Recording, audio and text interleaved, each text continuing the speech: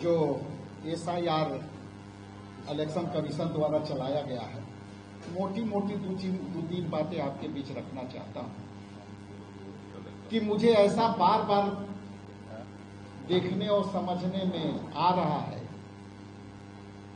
Election commission के निर्णयों से, जिस तरह से प्रधानमंत्री बिहार के साथ उन्होंने कहा था कि मैं कितना दे दूं, 70,000 दे दूं कि 70 करोड़ दे दूं, उसी तरह से इलेक्शन कमीशन अपने निर्णय में बिहार के साथ ये काम कर रहे हैं।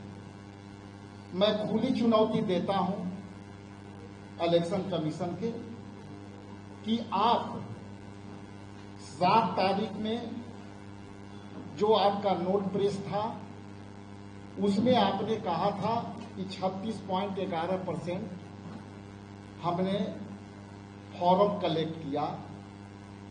इसके बाद आपके 11 तारीख के प्रेस नोट में आपने बोला कि हम 74.39% किया और 12 के नोट प्रेस में आपने 80% अपलोडिंग का अपने वेबसाइट पर अंकित कर रहे हैं और लोगों के बीच सार्वजनिक कर रहे हैं। लेकिन मेरा मोटे तौर पर यह कहना है कि 7 तारीख के जो नोट ब्रीफ में आपने 36.11% कहा था और 10 से 11% अपलोड किया था, तो इलेक्शन कमीशन से मेरा ये सवाल है आप लोग के माध्यम से कि अब 7 तारीख के अपलोडिंग जब 10 से 11% आपने किया तो बिना अपलोडिंग का कितने परसेंट है?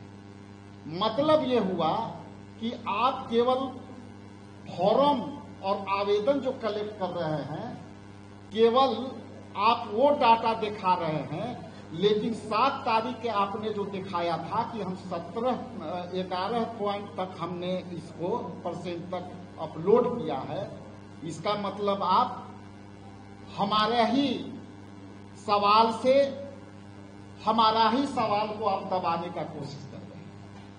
और मैं सीधे तौर से इलेक्शन कमीशन को चुनौती देता हूं कि आप बिहार के तरफ से और यहां महागठबंधन के तरफ से जो सवाल है, आपको ये भी डिफाइन करना चाहिए कि 80% आप केवल फॉर्म कलेक्ट किए हैं और अपलोड कितना किए हैं, क्योंकि ये डाटा आंकड़ा आप पहले से दिखाते आ रहे हैं।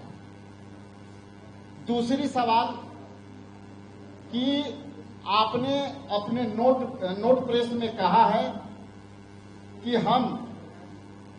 हमारे BLA 1.50 लाख मतलब 1.5 लाख हमारे BLA प्रत्येक बूथों के हिसाब से उनको आवंटित की गई है और वो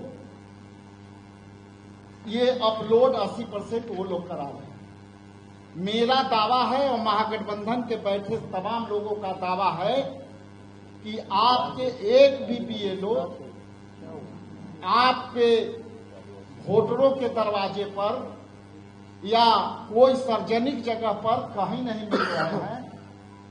तो इसका मतलब ये है कि जैसा कि आपके वीडियो देखा, अपलोड फॉर्म रोड पर दिख जा रहे हैं, अपलोडिंग वाला जो आप फॉर्म है वो जिलेबी उस पर रख करके बेचे जा रहे हैं, लेकिन आपके BLO कहीं नहीं दिख रहे हैं।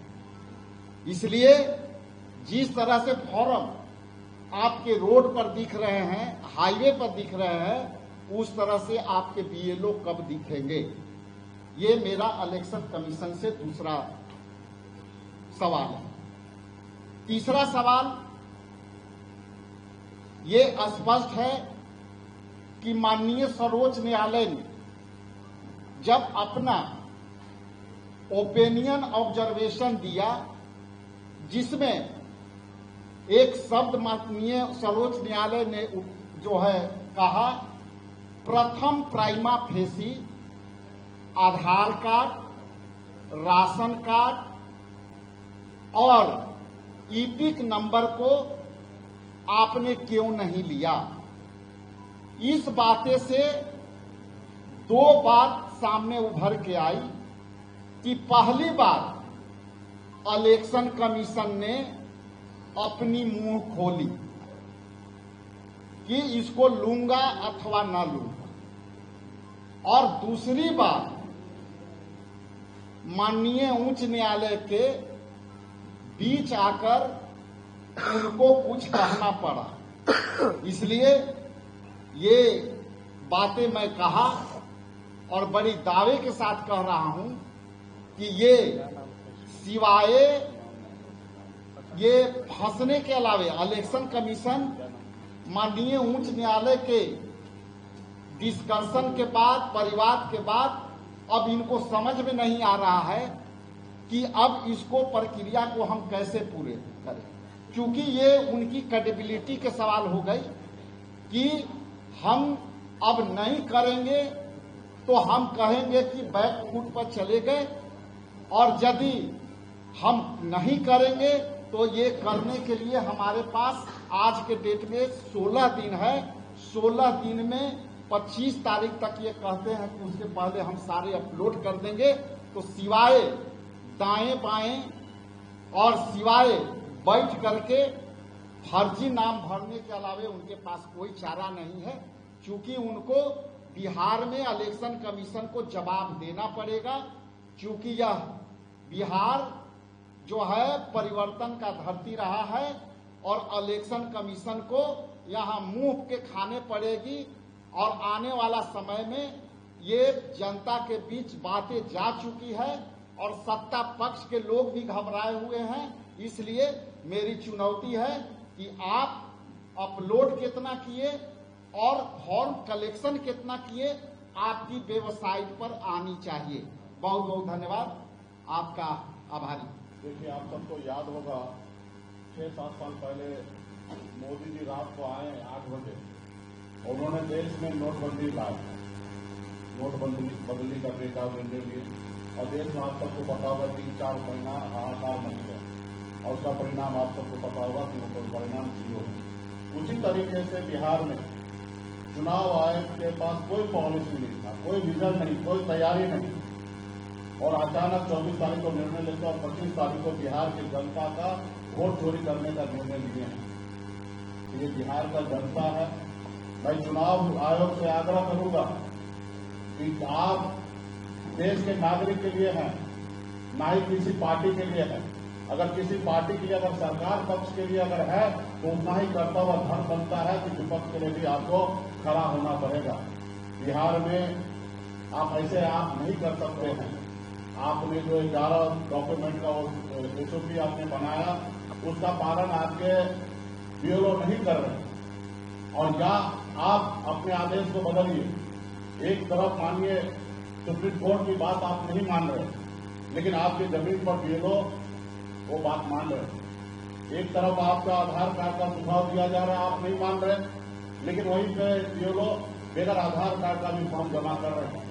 आप अगर आप कह रहे हैं कि 80% हमने परसों तक जमा कर दिया, तो आप बिहार के जनता को बताइए कि 80% में 11 डॉक्यूमेंट के साथ आप कितना % जमा किए, कितना % कौन सा डॉक्यूमेंट के तहत जमा किए, कौन सा कितने % जो है बगैर डॉक्यूमेंट का जमा किए।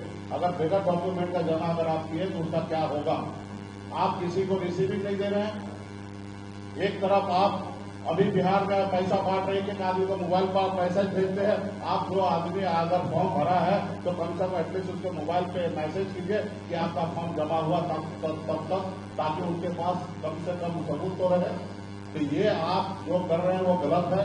इस देश में गरीब लोगों के पास एक ही ताकत है, वो है वोट गिराने का। बाबा साहब भीमराव अम्बेडकर ने हम लोगों को वोट गिराने का ताकत दिया, और आज हमारे वोट के दम पर ही आज आपके सामने में अगर माइक लेकर अगर बात कर रहा हूं, पूर्व में अगर मैं मंत्री बना हूं, तो ये हम लोगों के पास वोट था, इसी के दम पर हम लोग यहाँ पे बने। जितने भी समाजवादी नेता हो, गरीब पिछड़ा दलित के बेटा हो, अगर उसको अगर सरकार में हिस्सेदारी अगर मिला है तो ये हमारे वोट के दम पर हुआ है। इसलिए मैं चुनाव आयोग से आग्रह करूंगा कि बिहार बहुत जागरूक राज्य है। यहाँ पे आप कुछ भी ऐसा नहीं कीजिए जिसके लिए इस राज्य के लोगों को भुगतना पड़े और आपको इसके लिए बड़ा जवाब नहीं देना पड़ेगा। आप गांव-गांव में लोग परेशान हैं, बिहार के नागरिक परेशान हैं। आप अपनी मर्जी से जब चाहिएगा जिसको रखना होगा रखिएगा, जब नहीं चाहिएगा उसका वोट डाल दीजिएगा, और जब वोट डाल दीजिएगा तो वहां पे क्या होगा, उस बूथ पर आपस में तनाव होगा, लड़ाई झगड़ा होगा। जो बीएलओ ने उनका आज पेपर एक्सेप्ट किए हैं और वो उसका अगर नाम नहीं होगा तो वो आदमी क्या करेंगे, बीएलओ से लड़ाई करने के लिए जाएंगे। आज बिहार में हमारे 1 लाख के आसपास में बीएलओ काम कर रहे हैं, सभी जाति धर्म के लोग काम कर रहे हैं, कोई एक जाति का नहीं है। आज उनके ऊपर नौकरी का डर दिखाकर, तनख्वाह रोकने का डर दिखा के 24-24 घंटा उनसे आप काम करा रहे हैं कि हर हाल में किसी भी हालत में आप अपना सारा फॉर्म जमा कीजिए। वो बेचारा क्या करेगा, खाना पीना खाए हुए वो आपके लिए काम कर रहे हैं, मर मर के काम कर रहे हैं। आपने उनको मैनुअल आदेश दिया कि बगैर पेपर का भी जमा कर लीजिए, और वो बगैर पेपर का वो जमा कर रहे हैं। अगर कल जाके आप वहां से उनका नाम अगर काट देते हैं तो वो बीएलओ के साथ जो वहां के स्थानीय लोग होंगे वो उनसे लड़ाई करेंगे, झगड़ेंगे कि आपने मेरा नाम, आपको हम जब पेपर जमा किए तो मेरा नाम क्यों नहीं आया। तो उसको जवाब कौन देगा, चुनाव आयोग जवाब देंगे कि डीएम साहब देंगे या बीडीओ साहब देंगे, एसडीओ साहब देंगे। बहुत सारे लोग जो है, जहां तक अभी हम देख रहे हैं, बीडीओ जैसे पदाधिकारी जो है रिजाइन दे रहे हैं, परेशानी से बहुत सारे लोग डिप्रेशन में जा रहे हैं। तो और गलत आपके पास डाटा जा रहा है, जो आप 80% कह रहे हैं वो फर्जी है। अगर 80% है तो आप बताइए, कहीं से आप डाटा ले रहे हैं तो आप हमको बता रहे हैं, तो बिहार के जनता को बताइए 80% में कितने के पास डॉक्यूमेंट है, कितने के पास डॉक्यूमेंट नहीं है, कौन किस डॉक्यूमेंट के तहत वो जमा किए हैं। तो ये सब कुछ नहीं कर रहे हैं। चुनाव आयोग के बगैर तैयारी का आनंद फानंद में आके गरीब जनता का वोट चोरी करने का निर्णय जो लिया गया, मैं चुनाव आयोग से फिर से आग्रह करता हूं, आप इस तैयारी को रोक दीजिए, ये चुनाव के बाद कीजिए। मैं ये नहीं कह रहा हूं कि ये मत कीजिए, चुनाव के बाद कीजिए या चुनाव से पहले करना चाहिए, जब लोकसभा चुनाव खत्म हुआ उसके बाद आप कर लेना चाहिए। 1 साल का आपके पास समय था। यही चुनाव, इसी वोट पर लोकसभा में चुनाव हुआ, 40 में से 30 सांसद बीजेपी जीत के गया, और वही 30 सांसद के दम पे दिल्ली में सरकार है। अगर वो वोटर लिस्ट अगर सही नहीं था, अगर गलत था, तो ये जितने भी 40 से 40 सांसद का सदस्यता समाप्त कीजिए। तो ये नहीं कीजिएगा, लेकिन यहाँ पे लोगों को परेशान कीजिएगा, किसी को कोई मौका नहीं दीजिएगा, किसी को समय नहीं दीजिएगा। हमसे सहयोग लीजिए। हम पूरे बिहार में हमारे गठबंधन, हम लोग मदद करना चाहते हैं आपको, लेकिन आप हमको कुछ बताना नहीं चाह रहे, कुछ सहयोग लेना नहीं चाह रहे। तो ये सब जो कर रहे हैं वो सही नहीं है। इसका अंजाम जो है, आप तो दिल्ली में बैठे हैं, इसका बिहार के गरीब जनता के बीच में इसका अंजाम बहुत बुरा होगा। इसलिए मैं आग्रह करता हूं कि ऐसा कुछ मत कीजिए जिसके लिए बिहार में गरीब पिछड़ा लोग परेशान होगा। हमको गरीब की चिंता है, पिछड़े समाज का चिंता है कि गांव में सही रहे। और मुझे दुख होता है कि जो सत्ता पक्ष में है, हम बीजेपी से कोई उम्मीद नहीं कर सकते हैं, लेकिन हम नीतीश कुमार जी से उम्मीद कर सकते हैं, हम मांझी जी से उम्मीद कर सकते हैं, हम पंकज कुशवाहा जी से उम्मीद कर सकते हैं, चिराग पासवान से उम्मीद कर सकते हैं कि आपके गरीब पिछड़ा समाज के लोग, दलित समाज के लोग आज गरीब परेशान है, वो अपना वोटर लिस्ट में से नाम उनका कट रहा है, आप उनके लिए रोड पर उतरिए, उनके लिए लड़ाई लड़िए। तो इसलिए आज जो आप चुप बैठे हैं, इसका अंजाम आने वाला समय में बहुत बुरा होगा। आप इसी जनता के दम पर आप नेता बने हुए हैं, और ये जनता जब परेशान होगा तो फिर आपका कुछ नहीं चलने वाला है।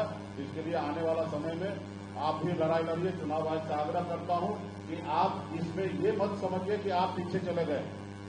ये हर आदमी से होता, तैयारी नहीं होगा 2 कदम पीछे हटने में क्या दिक्कत है भाई। ये कोई पहला ऐसा जगह होगा, हमसे अगर कोई चीज का तैयारी नहीं होगा हम पीछे हट जाएंगे। यही भलाई है। रोड क्रॉस कर रहे हैं, अगर रोड पे ट्रक लगातार आ रहा है तो कोई मरने के लिए थोड़े जाएगा, पीछे हट जाते हैं। उसी तरीके से अगर नहीं काम हो रहा है तो उसको संशोधन कीजिए, चुनाव के बाद कीजिए। तो ये सारे चीज जो हो रहा है वो सही नहीं हो रहा है। और हम लोगों को हम उम्मीद करते हैं चुनाव आयोग से जो सवाल अभी हमारे नेता प्रतिपक्ष तेजस्वी जी ने उठाया उसका जवाब हम लोगों को दे, और बिहार के नागरिक को सुरक्षित रखें। बिहार के हर एक वोटर के पास ताकत है, हर एक लोग जो है यहाँ पे बिहार में, मैं स्पष्ट करना चाहता हूँ कि बिहार में जो बाहर है ना, वो नहीं है फिजिकल, उसका भी फॉर्म जमा हो रहा है। मेरा खुद पेपर जमा हो गया, मैं वहां पे नहीं हूं, लेकिन पेपर मैंने जमा करवा दिया। मैं देखना चाह रहा था कि किस तरीके से हो रहा है। जो मैंने किया है वो सही नहीं है। लेकिन मैं जांच कर रहा था कि क्या हो रहा है, क्योंकि मैं पटना में बैठा हूं, लेकिन मेरा पेपर मैंने कोशिश किया कि जमा करने के लिए मेरा जब पेपर जमा हो चुका है। तो ये जब मेरे साथ हो रहा तो और जगह से हो रहा, ये कहीं ना कहीं सही नहीं है और इसको चुनाव आयोग को ये चीज समझ लेना चाहिए। उनमें बहुत सारा खामियां है और ये पूरे हर बूथ पे ऐसा हो रहा है। तो ऐसा एक बूथ का उदाहरण नहीं है, ये तो मैंने सिर्फ टेस्ट करने के लिए मैंने ये किया कि मेरा पेपर वहां पे जमा हो रहा है कि नहीं हो रहा, वहां पे जमा हो चुका है। तो इसके लिए चुनाव आयोग को या बिहार में जो लोग इसमें लगे हैं वो अपना सही रिपोर्ट चुनाव आयोग को डीएम साहब को दे और डीएम साहब का कर्तव्य बनता है कि चुनाव आयोग को सही रिपोर्ट दे और चुनाव आयोग का भी बिहार में जो चुनाव आयोग है उनको दिल्ली तक रिपोर्ट सही से भेजे ताकि इस पर सही उचित निर्णय लेने का काम करे। बहुत बहुत धन्यवाद। संपूर्णता में पूरी बात को रखी है। एक बात जो हम कहना चाहेंगे कि महाराष्ट्र में वोटर्स को बढ़ा करके और बिहार में वोटर्स को घटा करके भाजपा के जरिए जो खेल चल रही थी बिहार के लोगों ने उसको पकड़ लिया। और बिहार में जो ग्राउंड रिपोर्ट है कि भारी आक्रोश लोगों में सामने आ रही है, जगह जगह वोटर्स में भारी आक्रोश है। और सबसे जो बड़ी बात है, ये जो आंकड़े हैं वो फर्जी आंकड़े पेश किए जा रहे हैं। आप सब लोग इस बात को जानते हैं कि बिहार में 2,90,00,000 के आसपास बिहारी बाहर हैं। तो माइग्रेंट वर्कर्स का पुनरीक्षण हो नहीं रहा है, माइग्रेंट स्टूडेंट्स का पुनरीक्षण हो नहीं रहा है, तो ये आंकड़े कैसे बढ़ रहे हैं? तो ये जो आंकड़े का जो खेल चल रहा है, फर्जी आंकड़े का जो खेल चल रहा है, ये नीचे से इसको लेकर भारी आक्रोश है। अब हम लोग अभी भी कहेंगे चुनाव आयोग से कि सुप्रीम कोर्ट के जरिए जो निर्देश दिया गया है, जो हिदायतें दी गई हैं, जो सलाह दिया गया है, उसको सामने रखते हुए चुनाव आयोग एक्ट करे। और यदि चुनाव आयोग ऐसा एक्ट नहीं करेगा, हटाने और सटाने का खेल यदि सरकार के इशारे पर चुनाव आयोग करेगी, तो बिहार में इसको लेकर के भारी आक्रोश है। और आक्रोश जमीनी स्तर पर, बूथ स्तर पर, गांव पंचायत के स्तर पर बढ़ेगा और इसके लिए जिम्मेवार बिहार की सरकार होगी। ताज्जुब की बात है, ये एक एक वोटर का पुनरीक्षण की बात हो रही है। दलित वंचित समाज के लोग हैं, माइग्रेंट वर्कर की संख्या पूरे देश में सबसे ज्यादा बिहार में है, लेकिन हमारे बिहार के मुख्यमंत्री की चुप्पी नहीं छूट रही है। हमारे बिहार के जो भाजपा के लोग हैं उनकी जुबान नहीं खुल रही है। ये अन्य भी पार्टी के लीडर लोग हैं, उनकी जुबान नहीं खोल रही है। जिनके वोट से आप नेता बनते हो, जिनके वोट से आप जनप्रतिनिधि बनते हो, उनके ऊपर एक बड़ा संकट आ गया है। वहां पर कहीं कोई इन लोगों की जुबान नहीं खुल रही है। तो एक बड़ा सवाल है। इन मसले को लेकर के महागठबंधन का एक अभियान चल रहा है और फिर हम लोग इस अभियान को और भी नीचे तक ले जाने की प्लानिंग बनाएंगे।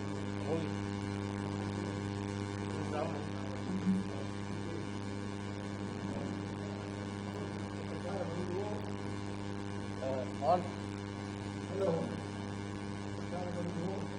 अभी हमारे गठबंधन के नेता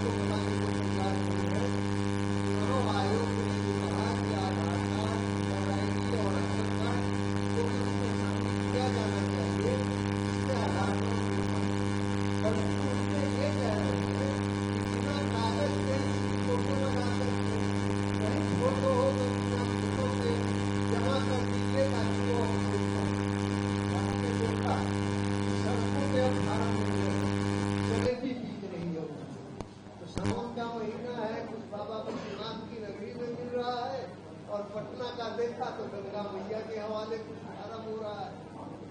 तो जो उस पर लिखा हुआ है डिटेल्स के आधार पर किसी से दस्तखत करवा करके बिना दस्तखत करवाए आप अपलोड किए जा रहे हैं। क्योंकि जो फॉर्मेट मिल रहा है उसमें लिखा हुआ है एक नंबर, मतदाता का नाम, मतदान केंद्र की संख्या और वोटर की संख्या, उसका सीरियल नंबर। तो उसके आधार पर आप फॉर्म उसको दे दीजिए, नहीं भी दीजिए, अपलोड कर दीजिए कि ये फॉर्म भर दिया गया और उसको गंगा मैया के हवाले कर दीजिए। इस फर्जीवाड़े के सहारे 28 तारीख को जो सुप्रीम कोर्ट ने तिथि निर्धारित की है अभी, उस दिन ये जवाब देंगे कि हमने ये काम तो कर लिया। अब ये सुप्रीम कोर्ट को इस पूरे मसले पर ध्यान देना होगा और इस पूरे जिस किस्म का फर्जीवाड़ा जितने बड़े पैमाने पर हो रहा है, इसका सिर्फ और सिर्फ एक ही निदान हो सकता है कि सुप्रीम कोर्ट भी इसका संज्ञान ले और ये फैसला करे कि 2024 के लोकसभा चुनाव में जो मतदाता सूची थी और उसका जो समरी पुनरीक्षण हुआ जनवरी में, वो जो प्रिंटेड हुआ है, तैयार होकर के आया है, उसके आधार पर अगर चुनाव नहीं कराया गया तो इस फर्जीवाड़े को आप नहीं रोक सकते और ये फर्जीवाड़ा करने वाले लोकतंत्र और संविधान की हत्या के रास्ते पर बढ़ जाएंगे और फिर बिहार के लोगों के सामने सड़कों पर उतर करके अपने सम्मान की, अपने अधिकार की रक्षा करने के अलावा दूसरा कोई रास्ता नहीं बचेगा।